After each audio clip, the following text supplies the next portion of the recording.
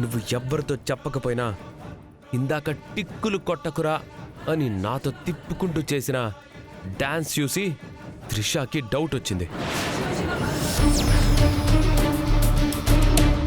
త్రిషకి doubt వస్తే నన్నే చేయమంటారు మధుబాబు. నానంత మంచి స్పీచ్ ఇస్తే ఆడిటోరియం మొత్తం సప్పట్లతో మారుమోగిపోయినది. కానీ మీరు మాత్రం సప్పట్లు కొట్టలేదు, నన్ను మెచ్చుకోలేదు, పొగడలేదు.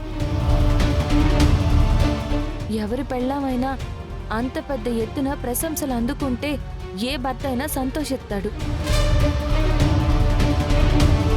కానీ మీరు ఆ పని కూడా చెయ్యలేకపోయారు. అందుకే కోపం వచ్చి నేను అలా చేశాను.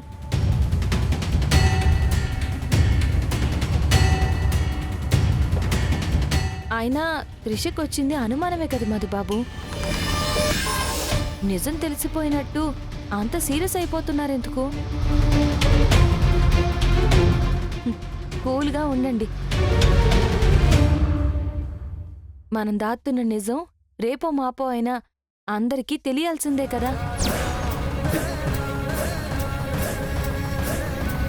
తెలిస్తే తెలుస్తుంది, అందులో తప్పేటుంది. నిజమే కదా తెలుస్తుంది. ఈ ఎర్ర బస్కి నా సిచ్యువేషన్ అర్థం కావటం లేదు. నా లైఫ్లో నుండి వెళ్ళిపోమ్మని మంచిగా చెప్పి చూశాను, వినలేదు. భయపెట్టి నా లైఫ్లో నుంచి పంపించేయాలనుకున్నాను, భయపడలేదు. ఒక అమ్మాయి మనసు విరిగిపోవాలంటే ఏం చేయాలో నాకు బాగా తెలుసు. చాలా మూవీస్లో చూశాను కదా. చూడెర్ర బస్సు, ఆ రోజు మా తాతయ్య నానమ్మ చెప్పారని నీ మెడలో తాళి కట్టాను. కానీ ఈ రోజు వరకు నిన్ను నా భార్యగా యాక్సెప్ట్ చేయలేదు. కనీసం నిన్ను టచ్ కూడా చేయనివ్వలేదు. నీతో మాట్లాడే ప్రయత్నం కూడా అస్సలు చేయట్లేదు. ఇదంతా ఎందుకు చేస్తున్నానో తెలుసా? ఏముంటుంది మధుబాబు, చదువు మీద కాన్సన్ట్రేషన్ చేయలేకపోతున్నావన్నా భయం అయి ఉంటుంది. కాదు, నువ్వు నా లైఫ్లోకి అడుగు పెట్టక ముందే నా లైఫ్లో వేరే అమ్మాయి ఉంది.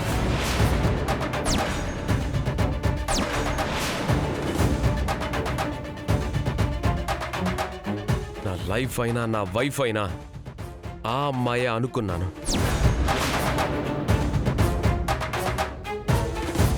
తను లేకుండా నాకు లైఫే లేదనుకున్నాను. నా మనసులో, నా లైఫ్లో ఆ అమ్మాయికి తప్ప మరే అమ్మాయికి స్థానం ఇవ్వకూడదనుకున్నాను.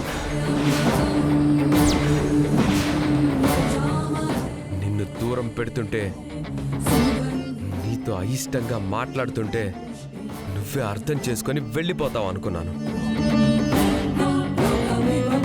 కానీ నువ్వు మాత్రం వెళ్ళట్లేదు. పైగా కాలేజీలో జాయిన్ అయి డిస్టర్బ్ చేస్తున్నావు. మన పెళ్లి గురించి కాలేజీలో తెలియకూడదని చెప్పింది ఆ అమ్మాయికి ఈ విషయం తెలియకూడదనే.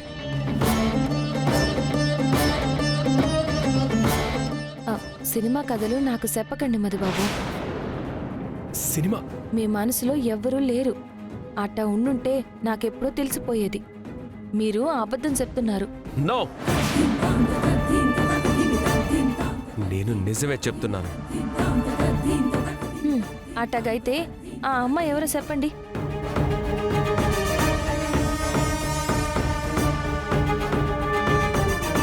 సారీ, నా మనసులో నువ్వు లేకపోయినా నా ఫ్యూచర్ గురించి అబద్ధం చెప్పాల్సి వస్తుంది. చెప్పండి మధుబాబు. ఆ అమ్మాయి ఎవరో కాదు, త్రిష. త్రిష, త్రిష.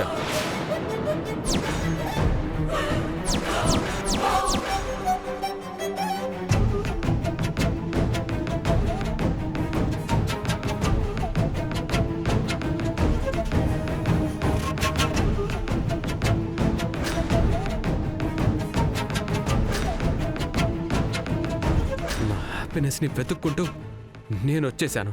దయచేసి నా హ్యాపీనెస్ని నా నుండి దూరం చేయకు.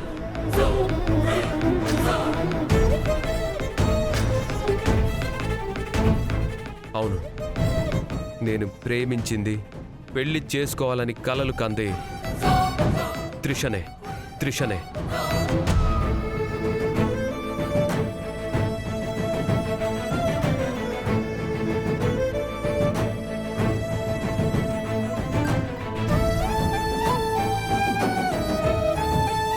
నీతో ఇబ్బంది కలిగిన ప్రతిసారి నేను త్రిష దగ్గరికే ఎందుకు వెళ్తానో తెలుసా? అక్కడ నాకు నేను కోరుకున్న ప్రేమ దొరుకుతుంది కాబట్టి.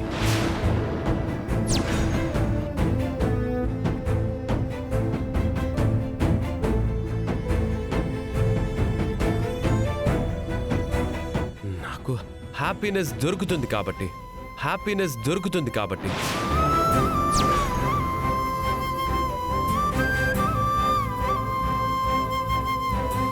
అలాంటి త్రిషాకే ఈరోజు అనుమానం వచ్చింది.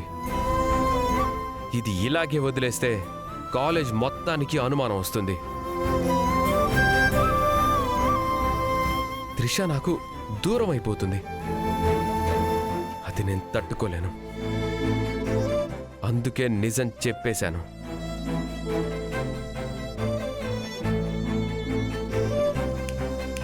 మళ్ళీ చెప్తున్నాను,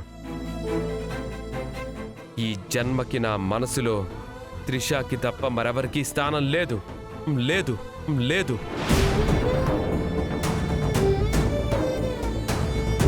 నువ్విప్పుడు ఇంట్లో ఉన్న స్థానం కూడా నీది కాదు, త్రిషాదే.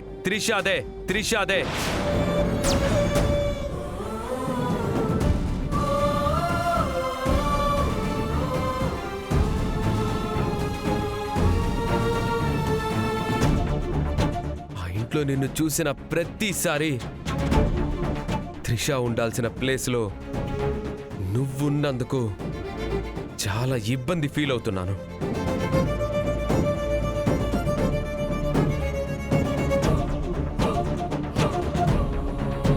ఇంతకు మించి నేనేం చెప్పలేను. నువ్వు ఈ విషయం తాతయ్యకి చెప్పి గొడవ చేసినా నాకు ప్రాబ్లం లేదు. అలా అయినా నా ప్రేమ గురించి ఇంట్లో వాళ్ళకి తెలిసిందనుకుంటాను. అంతే తప్ప నిన్ను భార్యగా యాక్సెప్ట్ చేసేంత సీన్ లేదు.